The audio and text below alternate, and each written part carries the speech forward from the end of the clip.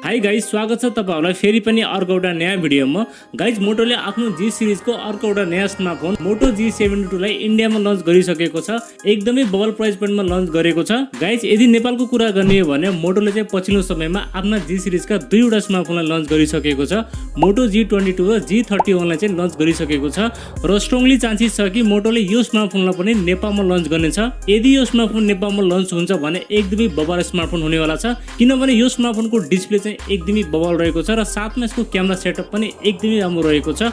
So आजको भिडियोमा हामीहरू मोटो G72 स्मार्टफोनको बारेमा कुरा गर्नेछौँ। यो स्मार्टफोनका स्पेसिफिकेसन तथा यो स्मार्टफोनमा हामीलाई के कस्ता फिचरहरू मिल्छ, साथै हाम्रो नेपालमा के कति प्राइस पोइन्टमा आउनेछ र कहिलेसम्म लन्च हुनेछ, सबै चिजको बारेमा आज तपाईहरुलाई यसै भिडियोमा जानकारी दिनेछौँ। त्यसैले भिडियोलाई एकछिन पनि स्किप नगरी अन्त्यसम्म हेर्नु होला। र अब तपाईहरुको टाइम वेस्ट नगरी सुरु गरौँ आजको भिडियो। गाइस, सबैभन्दा पहिला त हामी यो स्मार्टफोनको बिल्ड क्वालिटी अनि डिजाइनदेखि कुरा गर्नेछौँ।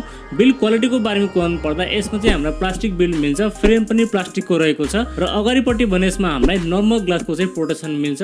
र डिजाइनको बारेमा कुराउनु पर्दा अहिले चाहिँ यो स्मार्टफोनको एकदमै युनिक डिजाइन रहेको छ। पछाडिपट्टि टप लेफ्ट साइडमा ट्रिपल लेयर क्यामेराको सेटअप, साथमा एउटा एलईडी फ्ल्यास र बीचमा भने यसमा हामीलाई मोटोको लोगो मिल्छ र तलपट्टि भने यसमा हामीलाई मोटोरोलाको ब्रान्डिङ मिल्छ र अगाडिपट्टि भने यसमा हामीलाई सेन्ट्रल पन्चोल कटरको साथमा चाहिँ डिस्प्ले मिल्छ।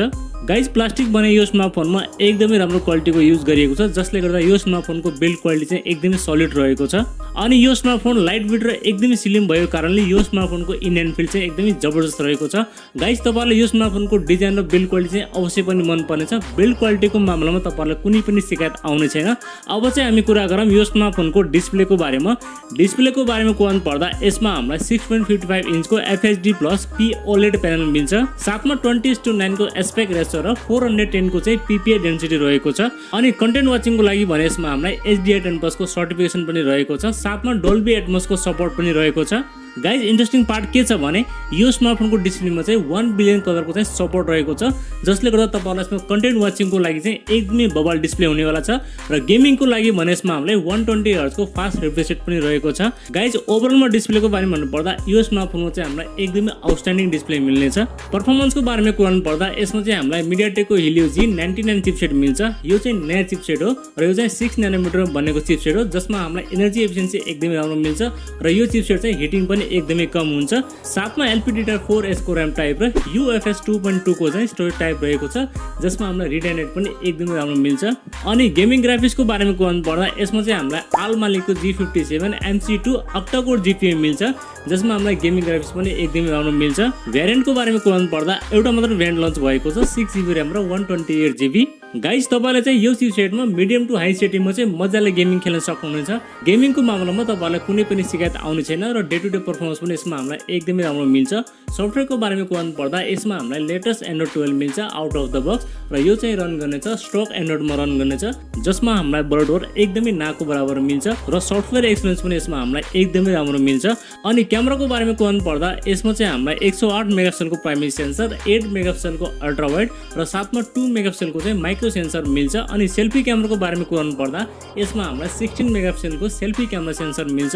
गाइज, भिडियो रेकर्डिङ भने तपाईहरुले पछाडिको क्यामेराले 1080 को 60 fps सम्म सुट गर्न सक्नुहुनेछ र सेल्फी क्यामेराले भने तपाईहरुले 1080 को 30 fps सम्म सुट गर्न सक्नुहुनेछ। आई थिंक यो स्मार्टफोनको क्यामेरा चाहिँ तपाईहरुलाई डिसअपोइन्ट गर्ने छैन। यसमा चाहिँ हामीलाई एकदमै राम्रो क्यामेरा सेटअप मिल्छ। यस फोनको क्यामेराले तपाईहरुले फोटोग्राफी र भिडियोग्राफी एकदमै राम्रो लिन सक्नुहुनेछ। ब्याट्रीको बारेमा कुराउनु पर्दा यसमा हामीलाई 5000 mAh को ब्याट्री मिल्छ, जसलाई चार्ज गर्नको लागि 33 वाटको फास्ट चार्जर तपाईहरुले बक्स पाउनुहुनेछ र ब्याट्री ब्याकअप भने यसमा तपाईहरुलाई 1.5 दिनको मजाले मिल्नेछ। सेन्सरको बारेमा कुराउनु पर्दा यसमा हामीलाई अन्डर डिस्प्ले फिंगरप्रिन्ट सेन्सर मिल्छ, 3.5mm ज्याक पनि रहेको छ, फेस अनलक पनि मिल्छ, चार्जिङको लागि टाइप सी पोर्ट र साथमा यसमा हामीलाई स्टिरियो स्पिकरको सपोर्ट पनि रहेको छ, जसमा भने हामीलाई डल्बी एटमोस को सपोर्ट पनि रहेको छ र बाँकी सबै बेसिक सेन्सरहरु चाहिँ यसमा तपाईले पाउनुहुनेछ। सेन्सरको मामलामा तपाईलाई कुनै पनि शिकायत आउने छैन। गाइज, अब चाहिँ हामी कुरा गरौँ यो स्मार्टफोनको प्राइसिङको बारेमा। गाइज, यो स्मार्टफोन चाहिँ इन्डियामा 19,000 को प्राइस पोइन्टमा लन्च भएको छ। यदि यस प्राइस पोइन्टलाई नेपालमा कन्भर्ट गर्नु पर्दा अराउन्ड 30,000 को प्राइस पोइन्टमा चाहिँ यो स्मार्टफोन आउनेछ। यदि 30,000 को प्राइस पोइन्टमा यो स्मार्टफोन नेपालमा आउँछ भने एकदमै बबाल स्मार्टफोन हुनेवाला छ। अब यो स्मार्टफोन चाहिँ हाम्रो नेपालमा कहिलेसम्म लन्च हुन्छ भन्नु पर्दा अहिले चाहिँ यस स्मार्टफोनको कुनै पनि अपडेट मिलेको छैन। यदि अपडेट मिल्यो भने म तपाईहरुको तपाईँहरूको लागि यो स्मार्टफोनको डेडिकेटेड भिडियो बनाएर आफ्नो च्यानलमा राखिदिने छु। लौ त साथीहरू, यति नै थियो स्मार्टफोनको बारेमा। तपाईँलाई चाहिँ यो स्मार्टफोनको स्पेसिफिकेसन कस्तो लाग्यो, के तपाईँहरू यो स्मार्टफोनको वेट गर्नुहुन्छ त? यदि गर्नुहुन्छ भने चाहिँ मलाई कमेन्ट गर्नु होला। भिडियो मन परेमा एउटा लाइक पनि गरिदिनु होला र यदि नयाँ साथीभाइहरूले हाम्रो च्यानललाई पहिलोपटक हेर्दै हुनुहुन्छ भने प्लिज हाम्रो च्यानललाई सब्स्क्राइब गरेर राख्नु होला। अर्को भिडियोमा भेट्ने बाचा गर्दै आजलाई बिदा लिन्छु। हवस्, धन्यवाद। जय नेपाल।